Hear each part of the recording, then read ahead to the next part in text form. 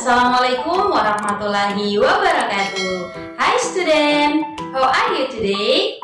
Ibu doakan semoga kalian semua masih dalam keadaan sehat walafiat dan masih tetap semangat. Nah baiklah anak-anakku, pembelajaran tematik hari ini bersama Ibu Siti ya. Namun seperti biasa, sebelum belajar, marilah kita berdoa terlebih dahulu. Berdoa sesuai dengan agama dan keyakinan kita masing-masing. Berdoa dimulai. Berdoa selesai. Nah anak-anak, hari ini kita masuk pada pembelajaran subtema 3, pembelajaran 5 dan 6. Untuk materinya Ibu akan tampilkan melalui video. Mohon disimak ya. Baiklah anak-anak, hari ini kita masuk pada subtema 3, pertumbuhan hewan, pembelajaran 5 dan 6. Tapi sebelum masuk ke materi, Ibu akan menjelaskan tujuan pembelajaran yang akan kita capai pada hari ini. Yang pertama, diharapkan anak-anak dapat mengidentifikasi ide pokok informasi tentang pertumbuhan dan perkembangan katak dan nyamuk dengan tepat. Kemudian, anak-anak juga diharapkan dapat menceritakan, memberikan saran sebagai pemahaman arti bersatu dalam keberagaman dengan benar. Kemudian diharapkan anak-anak dapat memecahkan masalah sehari-hari yang melibatkan perkalian dengan benar. Nah anak-anak, pada pertemuan sebelumnya sudah dibahas tentang daur hidup atau perkembangbiakan kupu-kupu. Nah pada pembahasan kali ini kita akan belajar tentang daur hidup katak. Seperti apakah daur hidup katak itu? Kita lihat sama-sama ya.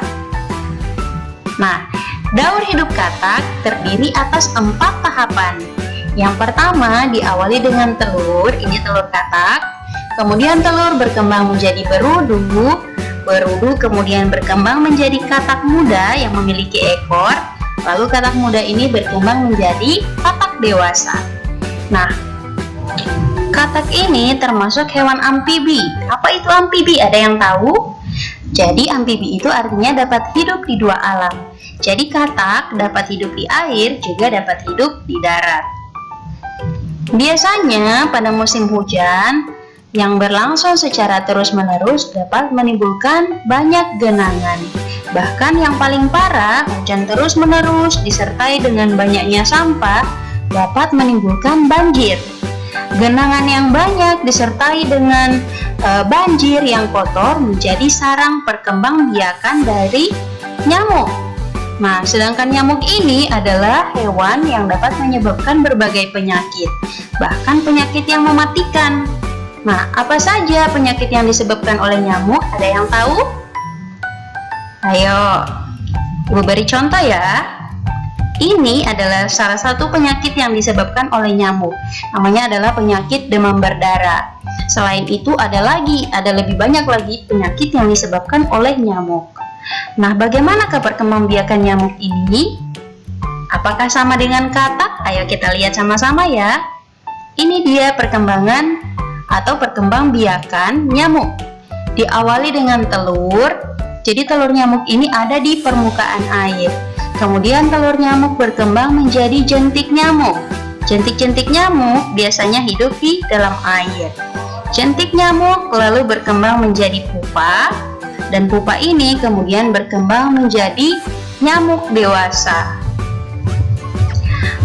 Nah, sekedar informasi bagi adik-adik, dalam satu kali bertelur, nyamuk bisa bertelur sebanyak 400 butir. Banyak sekali ya. Nah, kita lihat sama-sama. Ini, kita hitung ya. Jika terdapat 6 ekor nyamuk, ini ada 6 ekor, 1, 2, 3, 4, 5, 6. Jika terdapat 6 ekor nyamuk bertelur di tempat yang sama dan masing-masing nyamuk bertelur sebanyak 400 butir, maka berapa jumlah telur nyamuk tersebut? Mari kita hitung. Ada 400 butir telur yang dihasilkan oleh satu nyamuk. Sedangkan ini ada 6 nyamuk yang bertelur secara bersamaan. Jadi 400 dikalikan 6. Masih ingat kan adik-adik? 0 adalah satuan, kemudian 0 ini adalah puluhan, dan 4 adalah ratusan. 6 adalah satuan. Jadi satuan disejajarkan dengan satuan. 0 dikali 6 hasilnya adalah 0. Lanjut, 0 dikali 6, 0. 6 dikali 4 atau 4 dikali 6 hasilnya adalah, ya bagus, 24. Jadi 400 dikali 6 sama dengan 2400. Bayangkan baru 6 ekor nyamuk saja yang bertelur sudah menghasilkan 2400 butir telur yang mungkin akan berkembang menjadi nyamuk yang baru. Sedangkan seperti yang Ibu jelaskan tadi bahwa nyamuk ini merupakan salah satu hewan yang dapat menyebabkan berbagai penyakit, bahkan sampai penyakit mematikan.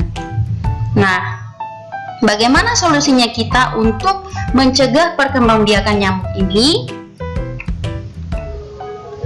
Nah, perkembangbiakan nyamuk yang sangat pesat itu dapat kita cegah dengan menjaga kebersihan lingkungan, dengan bersama-sama membersihkan lingkungan. Selain itu, perkembangbiakan nyamuk juga dapat dicegah dengan membuang sampah pada tempatnya, tidak membuang sampah di sembarang tempat. Dan alangkah baiknya seperti ini, kita pisahkan sampah organik dan sampah non-organik agar yang organik ini mudah terurai. Sebab lingkungan yang sehat adalah lingkungan yang bersih. Jika lingkungan kita sehat dan bersih, maka nyamuk tentu tidak akan berkembang biak. Sebab nyamuk tidak berkembang biak di lingkungan yang sehat atau di lingkungan yang bersih. Nyamuk itu suka tempat-tempat yang kotor. Nah, kemudian bagaimana cara kita mengajak masyarakat untuk menjaga kebersihan?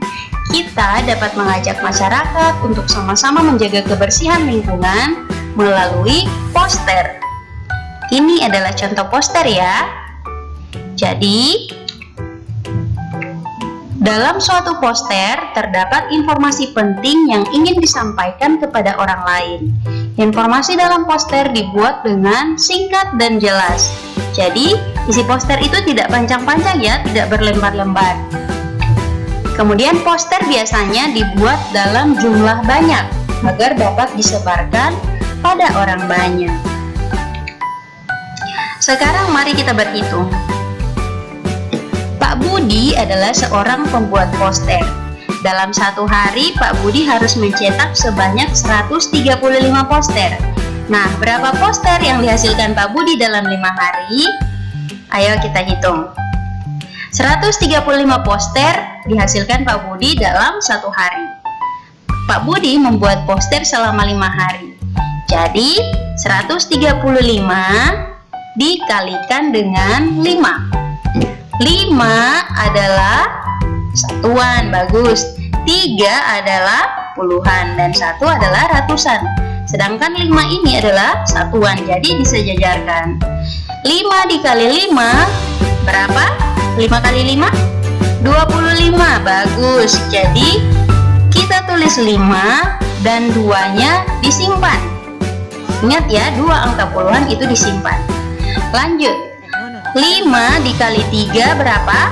Atau 3 dikali 5 berapa hasilnya? 15, bagus. Ditambah 2, 15 tambah 2 hasilnya adalah 17. Jadi 7 kita tulis di bawah dan satunya disimpan. Oke, lanjut, yang terakhir ratusan. 1 dikali 5 atau 5 dikali 1 berapa? Ya, tetap 5.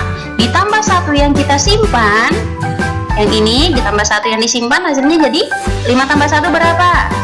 Bagus, 6. Jadi 675. Maka berarti dalam 5 hari Pak Budi dapat menghasilkan 675 poster. Mudah bukan?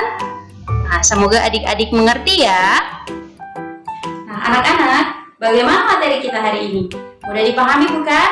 Saya yakin kalian pasti paham dan mengerti, sebab kalian adalah anak-anak yang pandai dan anak-anak yang hebat. Demikian pertemuan kita hari ini. Sampai jumpa pada pertemuan selanjutnya. Dan jangan lupa tugas yang Ibu berikan dikerjakan ya. Tetap semangat. Wassalamualaikum warahmatullahi wabarakatuh.